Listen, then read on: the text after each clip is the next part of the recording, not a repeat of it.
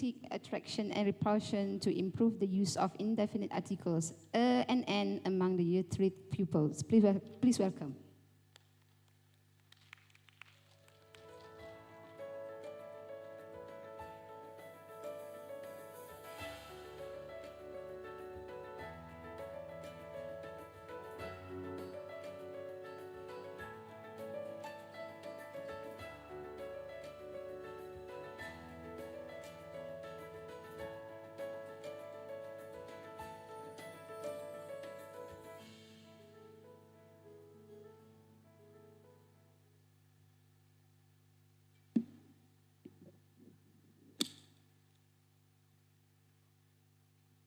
So, good day everyone. My name is Azellecrystal Anak, and I am a 22 years old trainee teacher from IPG Patulintang. Might be the same age as your daughter, who knows. So, the title of my action research is Using Magnetic Attraction and Repulsion to Improve the Use of Indefinite Articles, and an among year 3 pupils. Let's start. All right. So indefinite articles and an is one of the most frequently used components of grammar in the English language. By definition, it is it is used to indicate non-identifiability, and it is stated by Gödel in 2017. So in the aspect of grammar, indefinite articles act as grammatical functors, or also known as function words, and its usage ensures accuracy and precision when delivering a message. Regardless of the simplicity in the concept of indefinite articles and an, ESL learners in Malaysia still have the difficulties in selecting the correct form of indefinite articles in the language production because there is no equivalent construction in many languages, especially when grammar takes the spotlight. So why did I choose indefinite articles as the, sorry, I forgot to click on my slide, sorry. So why did I choose this topic as the focus of my action research?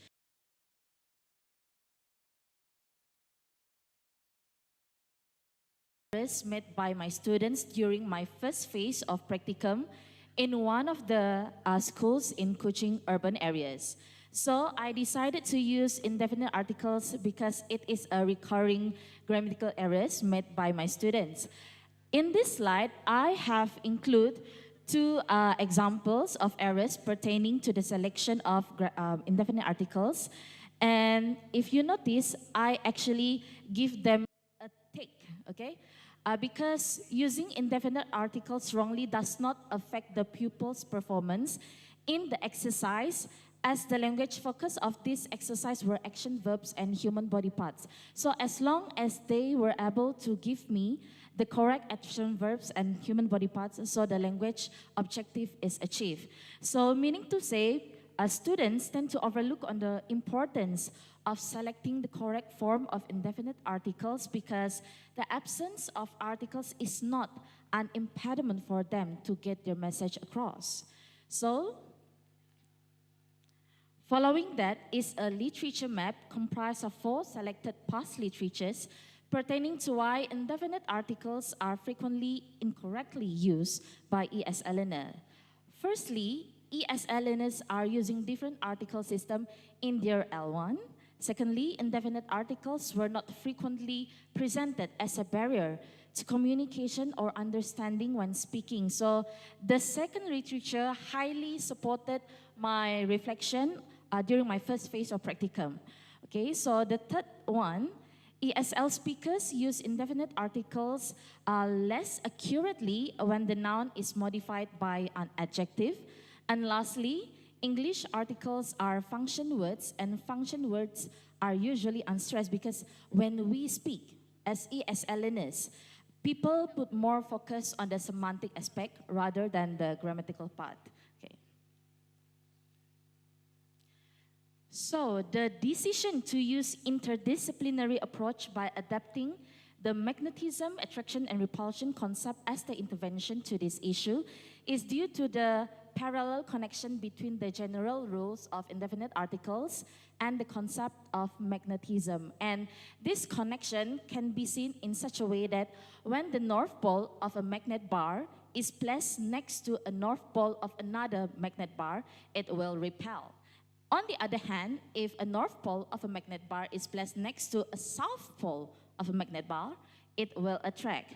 So this attraction and repulsion concept are similar with how the indefinite article a, which produces a vowel ending sound, will precede a word that begins with a consonant sound, and the indefinite article an, which produces consonant ending sound, will precede a word that begins with a vowel sound. So this notion can also be conceptualized as the homogeneous will repel and the opposite attract.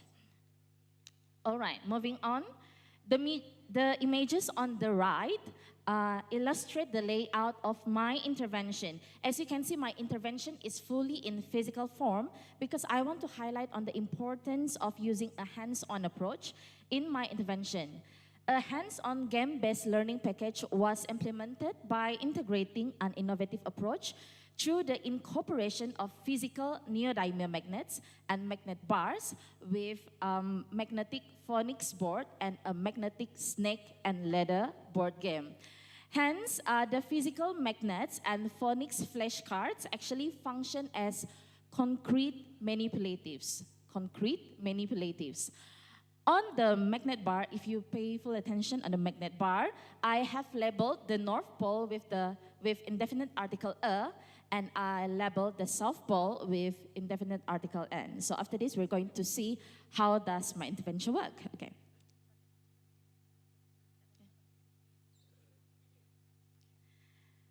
Okay, so these are the past literatures that actually support the notion of hands-on game-based learning as an innovative approach. Firstly, explorative hands-on activities enhance visualization of underlying theory and principles. Next, hands-on activities may make abstract knowledge more concrete and clearer. Using board game to teach grammar creates a non-threatening environment. The fourth one, board games improve grammar retention and learners' attitude towards learning grammar.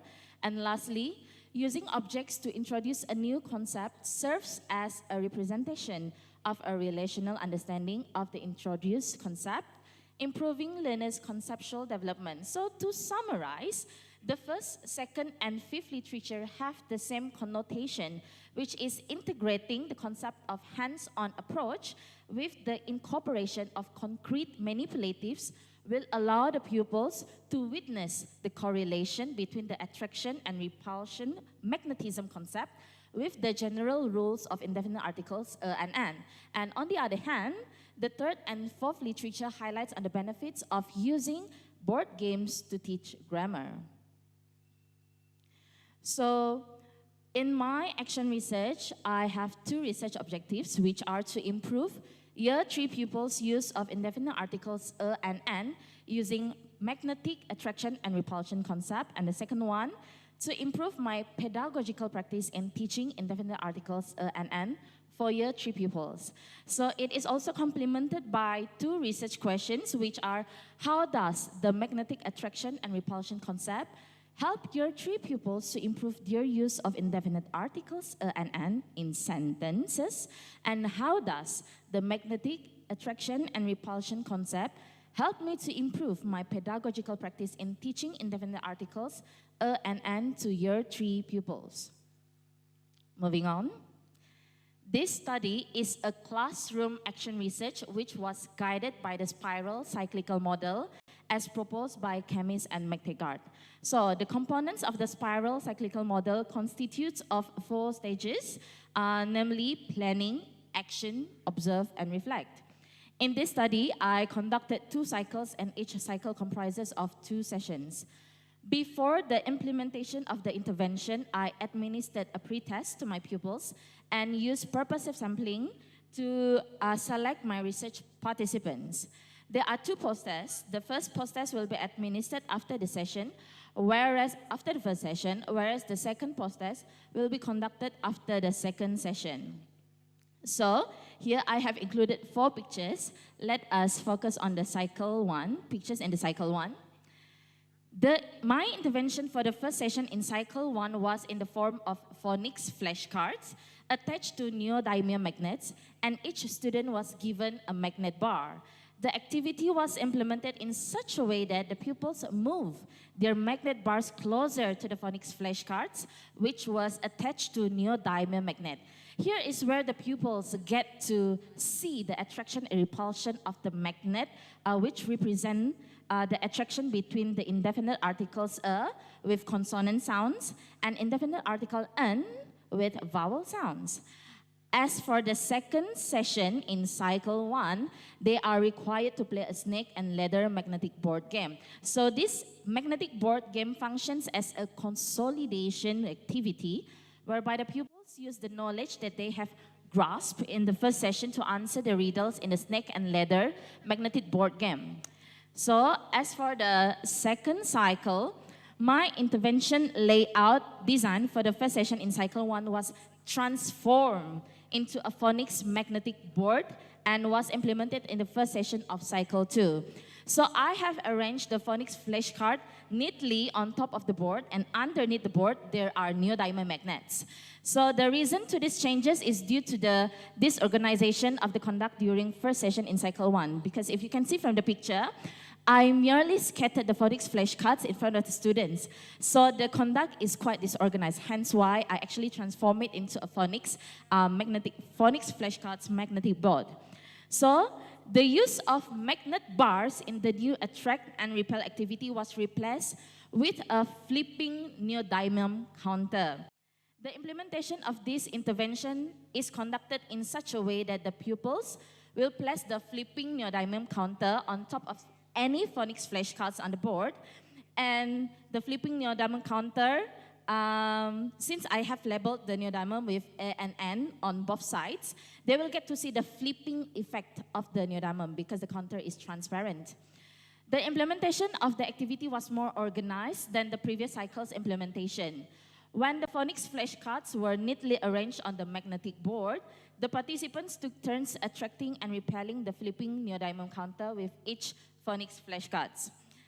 As for the second session in cycle 2, they will play the same snake and ladder magnetic board game, but in the form of 2 versus 2. And this is to highlight the value of collaborative learning. Okay, this is my findings. The result of the post-test 1 and post-test 2 show a significant improvement. In the post-test 2, 3 of the participants answered all 20 questions correctly, while the other participant only answered 18 out of 20 questions correctly. Okay, always remember that this is a classroom action research, so the results cannot be generalized. What works for my pupils might not work for your pupils. Okay. Next, the table on the right shows a thematic analysis of the observation field notes and interview. 3 themes were derived from the thematic analysis, which are fun learning, active participation and interactive learning, knowledge improvement on the rules of indefinite articles. So based on these 3 themes, we can conclude that my hands-on game-based learning package increased the rate of participants' engagement in teaching and learning, especially in the teaching of indefinite articles, and an. So the discussion is based on my research questions. I will repeat what my research questions are. The first one is, how does the magnetic attraction and repulsion concept help year 3 pupils to improve their use of indefinite articles and an in sentences? And the second one, how does the magnetic attraction and repulsion concept help me to improve my pedagogical practice in teaching indefinite articles and an to year 3 pupils? So firstly, concrete manipulatives aid participants in connecting the concept of magnetism to the rules of indefinite articles. This can be seen on the improvement of post-test 1 result by 48.75% on average, and a decrease in time taken to complete post-test 2. The large difference in scores between the pre-test and the first post-test suggests that even the first part of the intervention actually assisted the research participants in making a link between the concept of magnetism and the rules of indefinite articles. Moreover, from these 2 scenarios, it is clear that the concrete materials or concrete manipulatives used during the hands-on activity in Cycle 1 assisted participants in making the connection between the attraction-repulsion movement of the magnets and the general rules of indefinite articles. And they were able to apply the new knowledge that they have gained to a new set of questions, questions about the use of indefinite articles, and hence a decrease in time taken to complete the post-test too. This notion is also in line with the concept of constructivism, where constructivism theory proposes students should be allowed to actively construct their own meaning building on previously acquired knowledge and ideas through cogitation and sense-making. Next, hands-on using concrete manipulatives help young learners to make meaning of abstract knowledge. In relation to this, Renexo in 2021, who stated that experiential learning improves memory retention and learning with the assist of concrete manipulative is an effective way to help young learners to make meaning of abstract knowledge, such as the rules of indefinite articles, because according to Carbonu in 2013, younger children are assumed to have a greater dependency on physically interacting with their environment to construct meaning. And furthermore, this idea also supports Piaget's stages of cognitive development, where it describes a progression through age-related stages from concrete to abstract understanding, necessitating the use of concrete materials as appropriate stages of learning. So meaning to say, my intervention is age-appropriate to my targeted group, all right? So lastly, I actually did a follow-up interview session with all of the pupils, and one of the pupils admitted that the whole magnetic board game was easier when he figured out the answers to the riddles with his partner. So this demonstrates that when the participants are engaged in collaborative activity, they use each other's perspective and experiences to solve problems and develop a shared understanding of meanings. Joint learning and sharing of knowledge give learners the opportunity to discuss about the subject, be responsible about their learning, and therefore lead to create crucial thinkers. So I have included 3 suggestions for further action. The first one is we have to explore the effect of magnetic attraction and repulsion hands-on game-based activity to pupils of different age, because this is conducted to year 3 pupils. So maybe for further action, I would like to conduct it to pupils of year 5 or year 4, okay? And the second one, I would like to transform this hands-on game-based learning into a digital game, because we are moving towards digitalized education. And even though it is still far-fetched for some of the school in rural area of Sarawak, we have a very limited access to internet connection, but thanks to Connect Me, some of the students are able to have the access to computers. But for us to actually implement digital innovation that is very, not to say ambitious, but the gap is there. The gap is there, and that is the reality for us teachers in the rural area of Sarawak. So the last suggestion is evaluate the efficacy of the intervention by using quasi-experimental research, and this to ensure that the result can be generalized. So in conclusion, the findings show that the pupils were able to remember, understand, and apply the rules of indefinite articles, and it was evident that the implementation of this action research has improved my pedagogical practice of indefinite articles to the year 3 pupils. And lastly, hands-on game-based learning is a pedagogy that can be applied in the teaching of English subject and may lead to positive classroom environment and pupils' experience. So that is all from me. Thank you.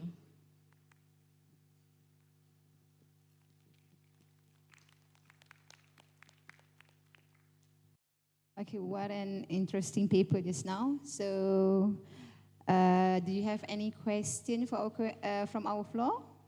Any question? Okay, it shows that nobody is asking. Everyone is internalizing. Okay, thank you so much. So thank you so much, Ms. Azel, for your wonderful presentation.